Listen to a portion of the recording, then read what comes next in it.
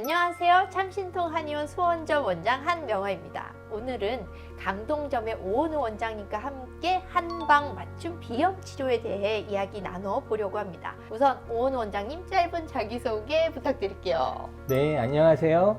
참신통 한의원 강동점 오은우 원장입니다. 오늘 주제인 코에 대해 일가견이 있으니까 건강을 지켜드릴 수 있도록 알차고 좋은 정보 많이 알려드리도록 하겠습니다.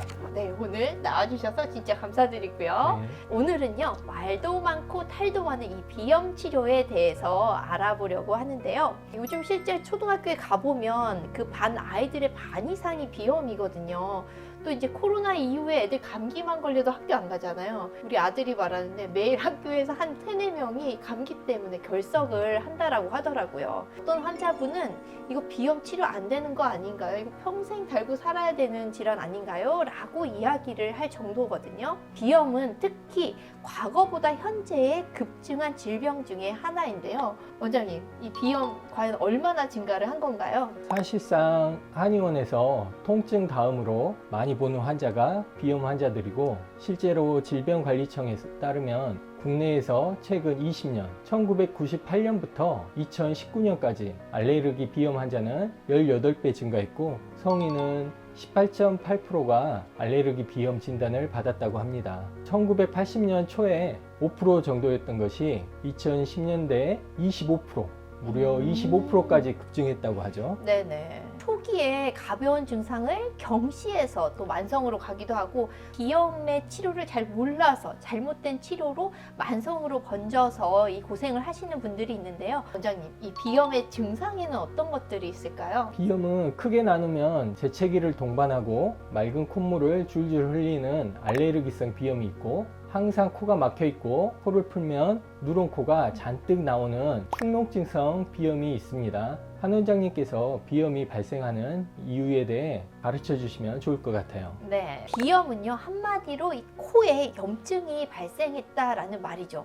보통 코에 병이 생기면 우리가 이 코만 바라보게 되는데, 그게 아니라 이 코와 연관성을 갖는 인체의 다른 장부와의 관계성 안에서 코를 바라보고 이 비염을 이해를 해야 하는데요. 제가 조금 더 자세하게 설명을 하기 위해서 3가지 관점에서 이 비염을 설명을 해보겠습니다. 첫 번째로, 코는 숨구멍이죠. 그런데 인체에 이 숨이 드나드는 구멍이 또 있습니다. 뭐죠? 바로 피부입니다. 네, 맞아요. 코와 피부는 서로 관계를 가지고 이 숨을 내쉬는데, 만약에 우리가 찬바람을 맞고 피부의 모공이 탁 수축을 해버리면 숨구멍의 일부가 막혔다고 생각을 할 수가 있습니다. 그러면 당연히 같이 일하던 콧구멍에 과부하가 걸리게 되거든요. 코에 점막이 과열이 되고 붓게 되죠. 그러면 이 코는 막히고 또 콧물이 줄줄 쏟아지게 되는 겁니다. 그리고 두 번째는 바로 염증이거든요. 불꽃염의 증세증을 쓰게 되는데요. 즉 불타오른다는 겁니다. 이 염증 부위는요, 항상 이 세균이 개입을 하거든요. 그래서 이 양방적인 관점에서 보통 쓰는 약이 소염제죠. 맞아요, 소염제. 그리고 이 세균을 죽인다는 관점에서 항생제를 쓰죠. 맞습니다. 항생제를 쓰게 되는데요. 하지만 우리 한방적인 관점, 그러니까 전체적인 관점에서 보면 인체는 바로 이 세균과 세포의 결합체라고 할 수가 있거든요. 따라서 단순히 세균을 없앨 것이 아니라 오히려 세포를 더 튼튼하게 한다는 관점이 필요한 거죠. 그래서 비염 치료할 때 열성의 염증이지만 세포를 튼튼하게 하기 위해서는 오히려 몸을 따뜻하게 하는 개지나, 그죠? 네, 마왕과 같은 그런 약재 우리 실제로 쓰잖아요. 그렇죠. 이 세균을 단순히 없애는 것이 아니라 세균과 세포의 조화가 중요하다라는 거.